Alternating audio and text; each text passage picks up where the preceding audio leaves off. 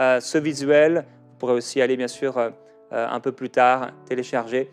Et donc on va maintenant laisser la parole. On va se retrouver tout à l'heure, dans quelques instants après le passage de Yanis, avec une partie de l'équipe pour vous souhaiter une bonne année. Yanis, on t'écoute.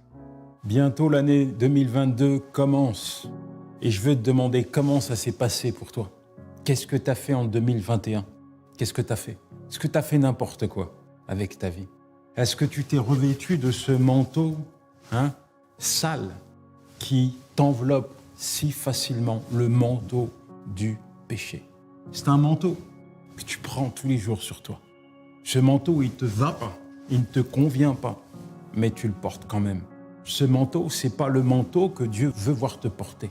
Ce manteau, c'est celui que tu as choisi de porter.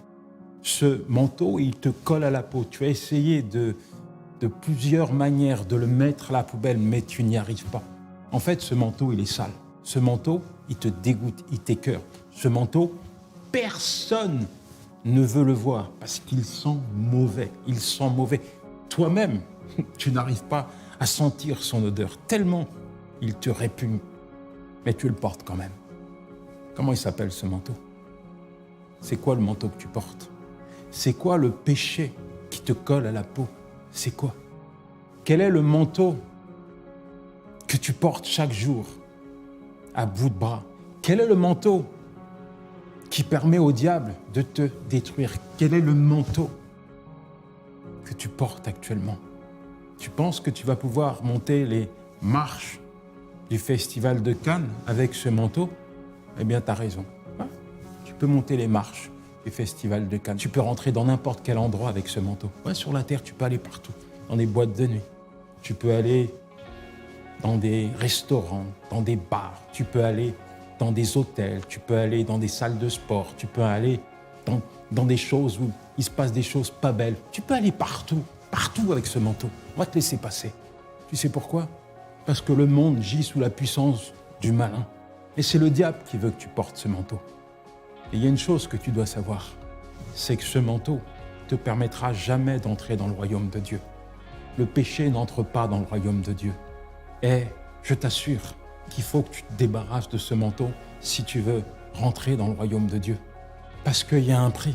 Ce manteau, il peut te coûter très cher, mais très cher. La facture peut être très lourde.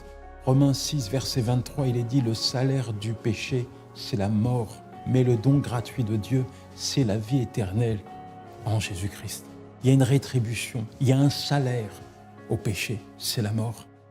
Moi, personnellement, j'en ai fait les frais. Et je portais un manteau, pas le même, un manteau en cuir.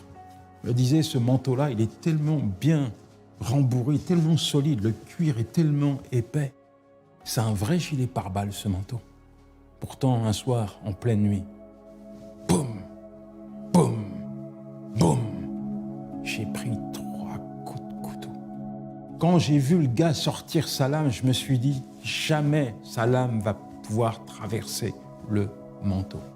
Et pourtant, sa lame m'a perforé les poumons. Je me suis retrouvé à l'hôpital. Tout le monde était en panique, tout le monde s'agitait, tout le monde.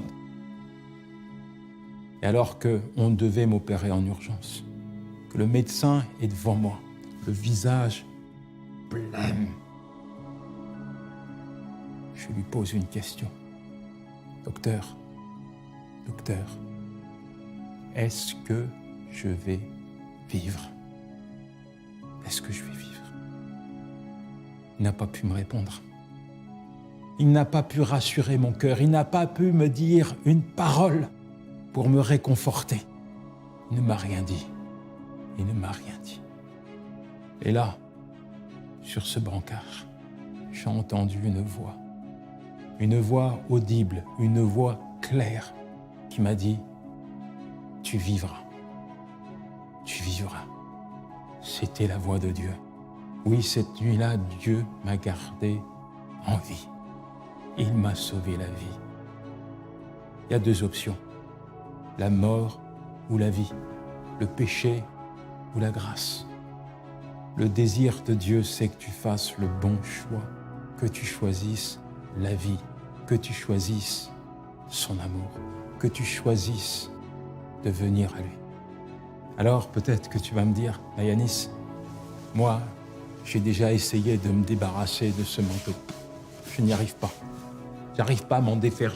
Même quand je l'enlève, je le reprends après. Je ne peux pas le laisser, je ne peux pas l'abandonner. Je ne sais pas ce qu'il y a entre ce manteau et moi, je ne sais pas ce qui se passe. Mais je ne peux pas m'en défaire, je ne peux pas le mettre à la poubelle, je ne peux pas. Je ne peux pas.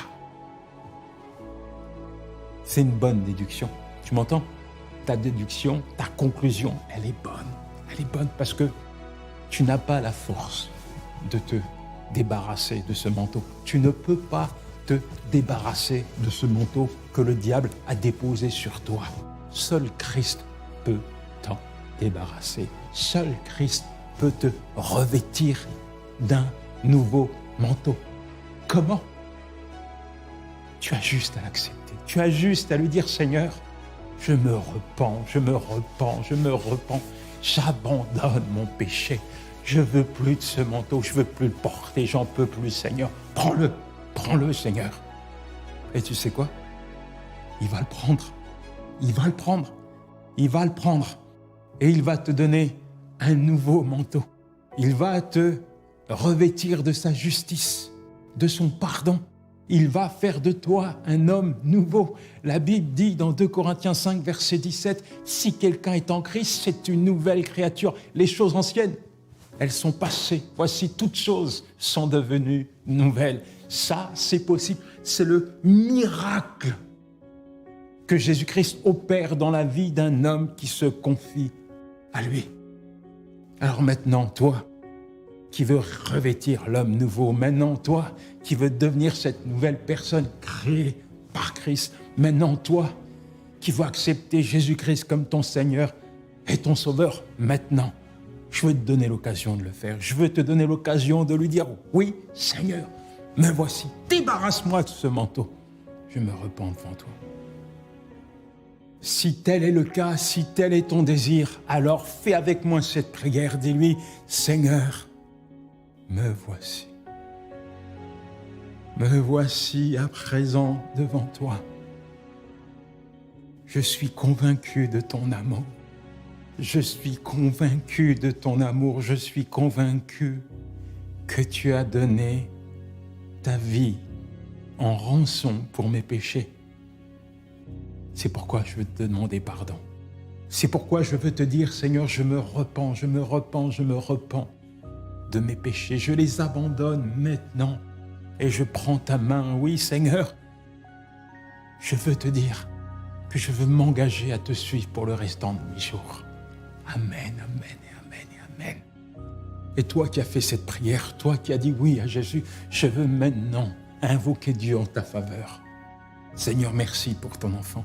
Merci parce que à partir d'aujourd'hui, c'est une nouvelle vie qui commence pour lui. Avec toi, Seigneur, trace un chemin sous ses pas, Seigneur. Un nouveau chemin, une nouvelle direction. Merci parce que tu le revêts de ton amour, de ta bonté, Seigneur. Merci pour tous les plans et les projets que tu vas accomplir dans sa vie, Seigneur. Je te le confie, Seigneur. Garde-le et préserve-le. Dans le nom de Jésus, dans le nom de Jésus, dans le nom de Jésus. Je t'ai prié. Amen. C'est une belle décision que tu as prise. Et je voulais te dire une chose de la part de Dieu pour l'année 2022 qui s'annonce. Dieu a un mot pour toi. Le voici. Car je connais les projets que j'ai formés sur toi, dit l'Éternel. Des projets de paix et non de malheur.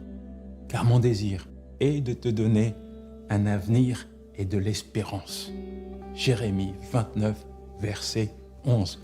Voici les projets de Dieu pour l'année 2022 à ton égard. Que Dieu te bénisse. Merci Yanis, on est tellement reconnaissant au Seigneur pour toutes les personnes qui viennent de recevoir Jésus-Christ dans leur cœur. Si c'est la première fois que vous venez de recevoir